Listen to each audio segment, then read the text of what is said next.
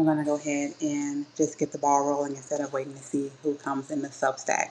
So if you pop up to say hello, let me know that you are here. I am on video on YouTube, not on video on the Substack, but I can see any comments that come through.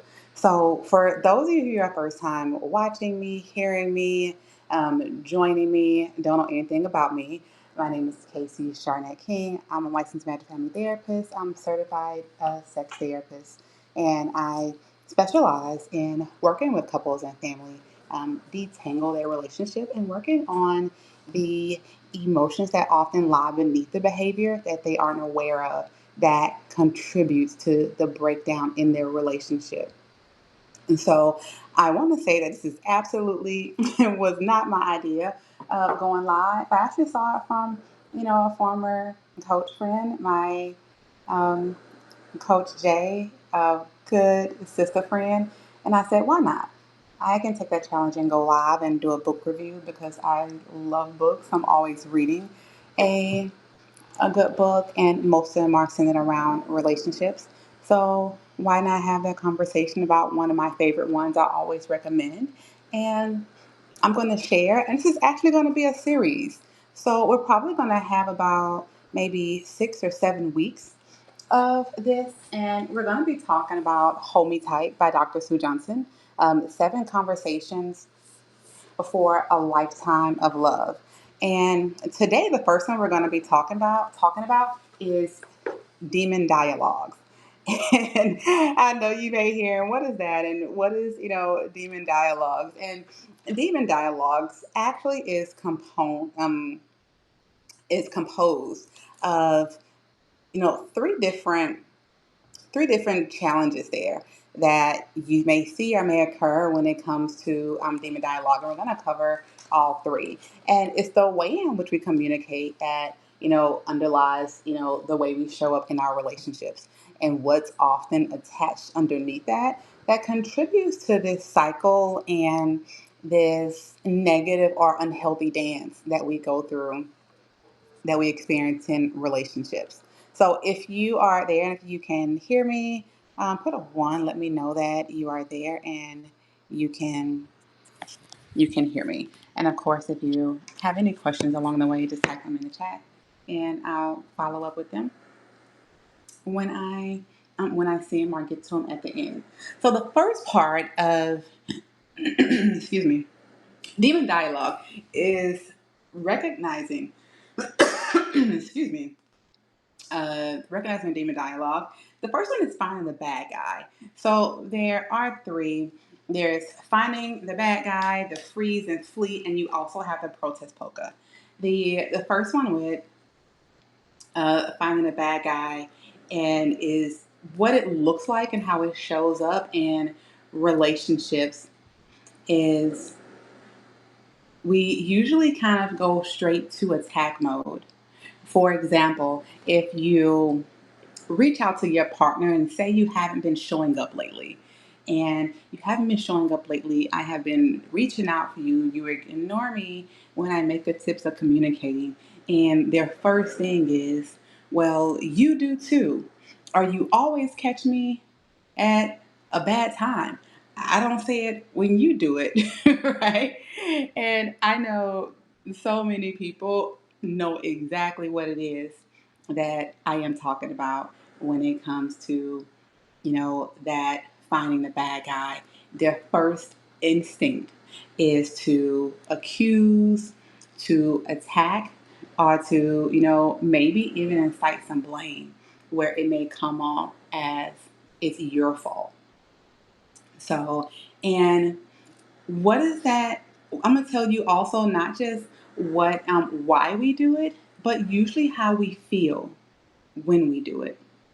One of the reasons we do it is for self-protection. When you reach out to your partner in that way, whether it's in a loving way, an accusatory way, you're just saying, "Hey, I want you near me." What you usually do, you may catch them off course, you catch them off balance, they may be in a place where they actually just feel they're out of control. And when they are out of control or may have, lost their composure, one thing I often like to say is they may suddenly feel exposed. And when they feel that way, when one of those, feelings underneath that they often are not aware of, I want to add, they often not aware of, when one of those emotions come up, their initial response is to attack, is to blame, is to accuse. And it is not because they want to attack, blame, or accuse. They do it because they're protecting themselves. You caught me in a place and you threw me off kilter. You came, right at me. I wasn't prepared. Here's another one. You, the way you said it to me, because of what my attachment wound may be, I may feel like you attacked me. And so because you attacked me and I'm not in the place of control, or I just maybe just emotionally, felt unguarded, my instinct is to attack back. So that is your demon dialogue, your pattern, your first pattern of finding a bad guy. So when you go to your partner, what they may feel from you is you attacking them, even though it's, underneath that it's rooted in love, and it may not be underneath. You initially could be approaching them in love and softness, gentleness, compassion. But what they may hear, I'm not enough. I'm not doing enough. You are wrong. You could be doing better. And they may hear, attack, attack, attack, and it leaves them open. And when it leaves them open, they now feel they can't protect themselves. They're not stabilized in a way that feels healthy for them to be able to connect to you. So that is when that initial response there for them is to, hit you and attack you. So what does that look like when when you have a partner or even you and try to find the bad guy, or you're the bad guy to your partner? What does this actually look like in, and not even just in real time, because I gave you an example of what real time looks like, but how can it look different? Because that's what most people want to know. How can it look different? And I'm not always making my partner the bad guy, or my partner is not making me the bad guy. If you have not read my blog yet, my latest blog on Substack, when I talk about why you keep having the same arguments, I'm giving you the same example here that I shared in this blog I posted 2 days ago. And that example is, I know it's easier said than done, I will say that first, is to slow down, stay in the present, and do breath work. And so I'm going to put my book down. And that may be, for example, I'll say Joe, Kate. Joe goes to Kate and say, babe, I've been, calling you and you haven't been answering, what's going on? And Kate may say, well, if I didn't answer, I must have been asleep, or why would you call me this time of day? It's something like that, right? Because that took her in a place where she felt maybe Joe was attacking her. And Joe said, hey, I'm concerned. What's going on? Before, what I would say to Kate, before you blurt out, because that's that initial and what we call, very surface emotion, not what's really underneath. Before you respond, take a pause. And that pause is 5 seconds. And in that 5 seconds, you're going to do just this, what I'm showing you live right now, and just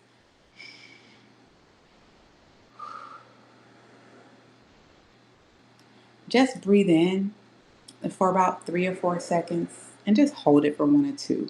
I'm not going to give you a full breathwork activity right now, but just giving you a really good example of what that may look like. Because as you're doing that, you're allowing your body to slow down. You are just allowing, you're soothing yourself and you're allowing yourself to be present in the moment.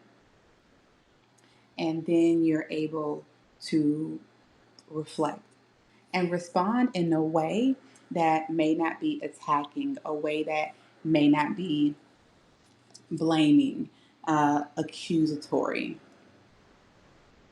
You're able to kind of reset yourself. And this is something that we do every day.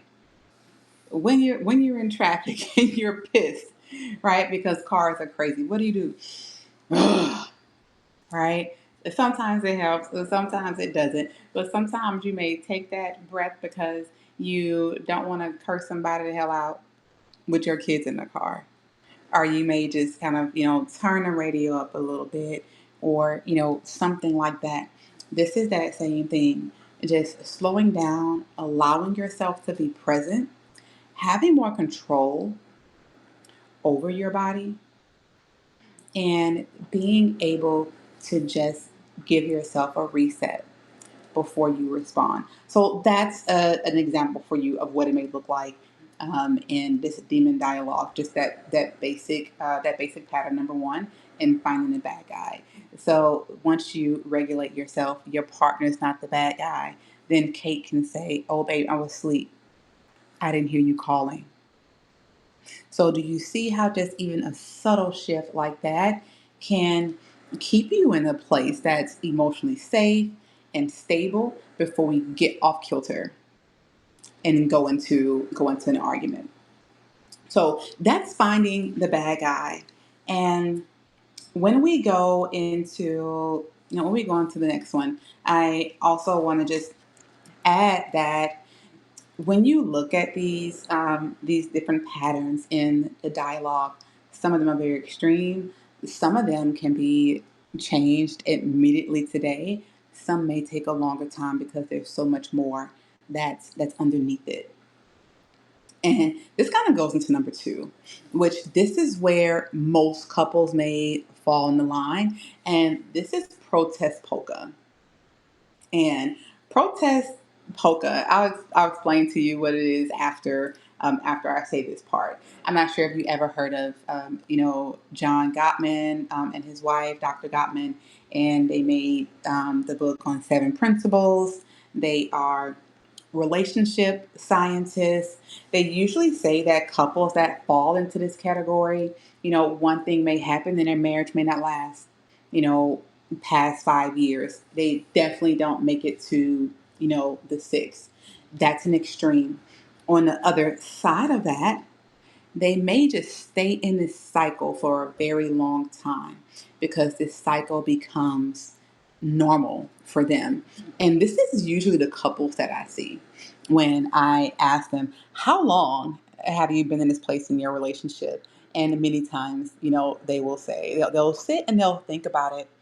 And then they will say, "Huh, I think we've kind of always been this way.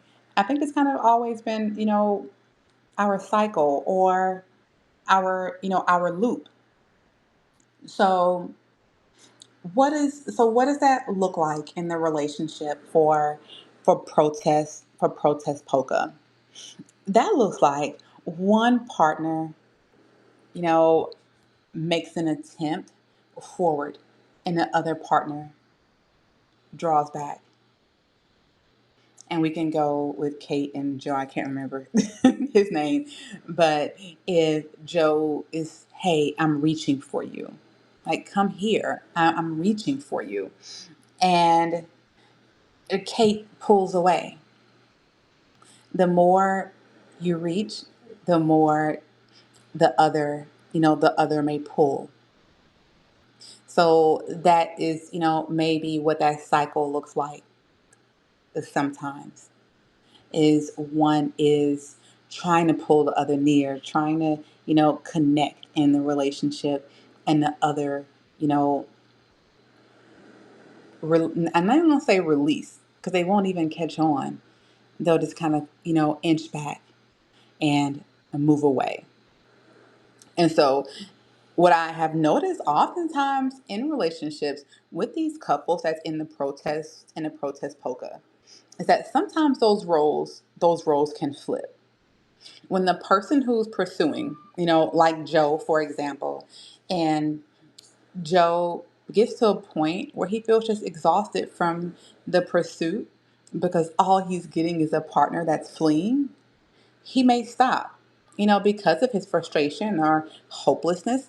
And then you may see Kate, for example, who's usually the withdrawer, that may start to pursue in the relationship. Now, this doesn't always happen, but a lot of times that's what you see because now they both are, you know, sort of in a state of distress. When Kate is used to Joe reaching out for her, even though she retreats and doesn't reach back, she know that he's constant in pursuit of her. So he's present in the relationship. She has nothing to worry about. But the moment he says, you know what, the hell with this. I'm exhausted. I'm not getting anywhere. I've been trying and trying for years. I don't know what else to do anymore. And he retreats. And what that may signal to Kate is, oh hell, is he done? Is he leaving me? And so now she may be in that state of distress where she reaches out to Joe. Now it's a little unusual because of this the pattern because it usually doesn't happen this way. But now the withdrawer becomes the pursuer because the pursuer, begin to withdraw. And where we may be confused about this dynamic is thinking this is the start to repair. Because if Kate goes, because Joe's, gone on and said, look, I'm done. I can't do this. And he's just, not in pursuit of the relationship anymore, even though he's very active in the house and, things like that. He's no longer in pursuit. And Kate goes to get him. What that may signal to Joe or even Kate that now we're in a place where we're starting to repair because now she's coming to get me. Yeah, not so fast. That was from a state of distress and it took her off the pattern of being the withdrawer. So she had to do something. And that's to come back and get you. Usually what happens, and which is why this is the stage that most, couples are in when they're in relational distress, is once Joe is back, whew, we're back in the normal cycle and we're going to retreat again. And you go through this cycle over and over and over again. And what happens with Joe is he gets hopeful and he gets hopeful. And every time he's thinking this is the time, and it's never the time. And so protest polka is that tricky one. And the relationship either, fizzles out after several years or it it can last for 20 and you're stuck in this unhealthy loop. Now, let's talk about the last one. And this is kind of extreme or can be the most extreme. And this principle is freeze and flee. And with freeze and flee, both partners here are in complete shutdown mode. These are the couples that I see when they come into practice and they both are just, I'm here. You make the first move. No, you make the first move. I'm not. I'm not. Well, what are we doing here? um, that's that couple. They want it. They don't want to be the first to, make the move. But let's kind of dive into a little more. of what this couple looks like. And as I said, both partners may be just kind of in shutdown mode and maybe in a frozen, defense and denial phase. And neither is going to take accountability, for their breakdown. And they both have their guard up, very, very, very, very well.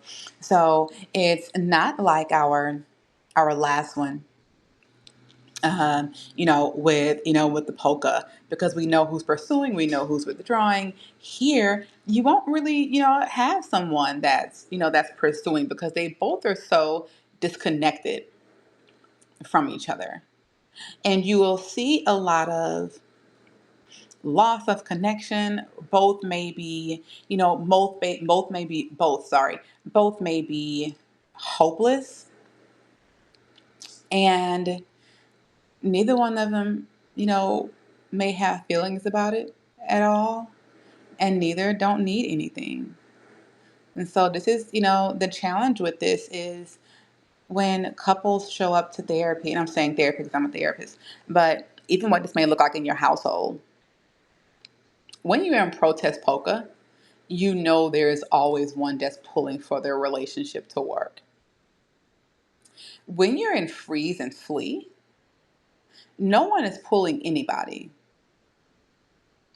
And you're just there. So for some, this may be the most concerning stage, because both partners are numb.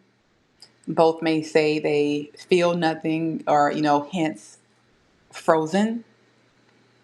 And this can be the most, challenging relationship, as both are shut down. And it may be more about, I don't know how to stay present in this relationship. And that's for the both of them.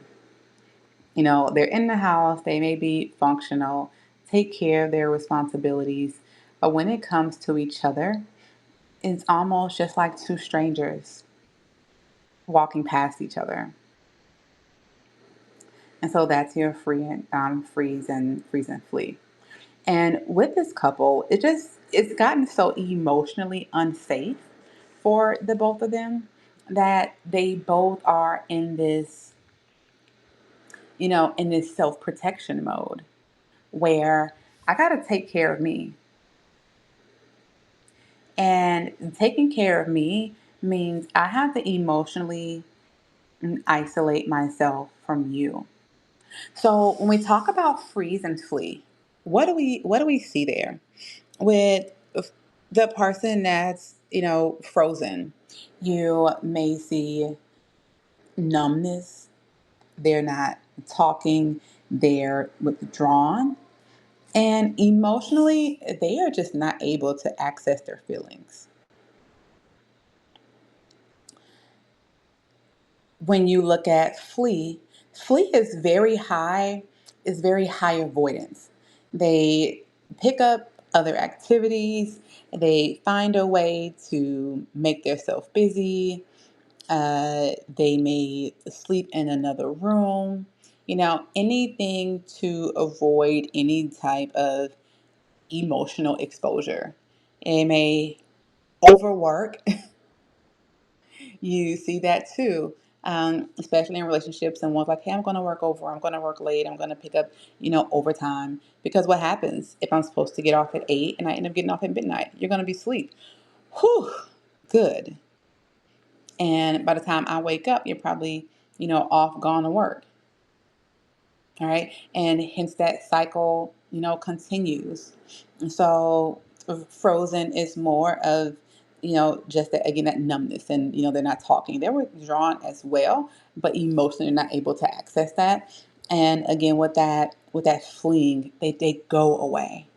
They go away, anything to avoid conversation at all. And so the connection with both of them is very risky.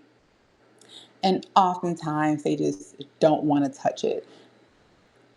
And because of that, these are the two things that we may often see in this couple.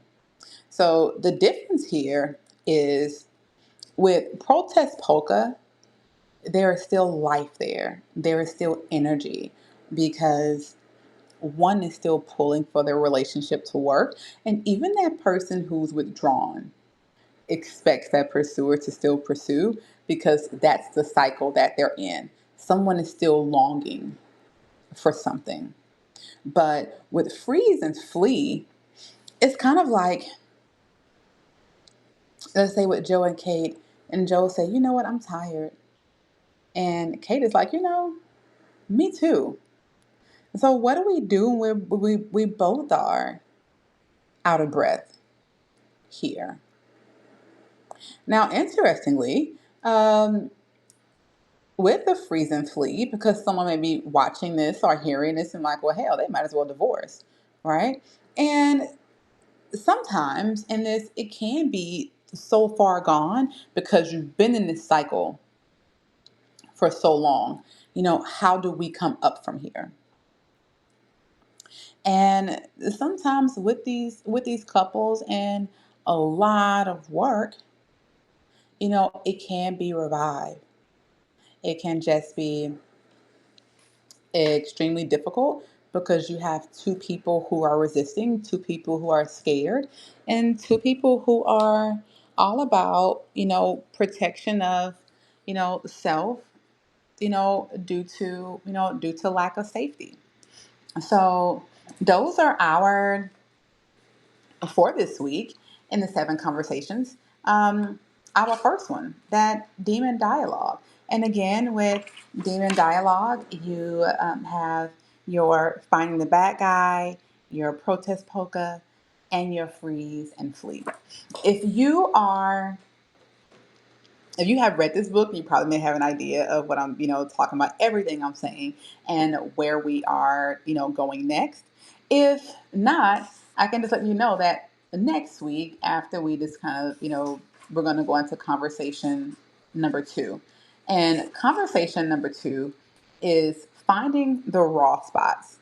And that's kind of where we really get, just emotionally, get emotionally deeper there. And we'll discuss more of what that looks like next week. So thank you so much for listening. Thank you for watching. If you have any comments, please leave them below. There's someone that may need to hear this, may find some interest in it because it may relate to them. Then share this with them. And if you're not already a follower here with me on YouTube or even on Substack, follow me there. But thank you again for being here, and I will see you again next week. Bye bye.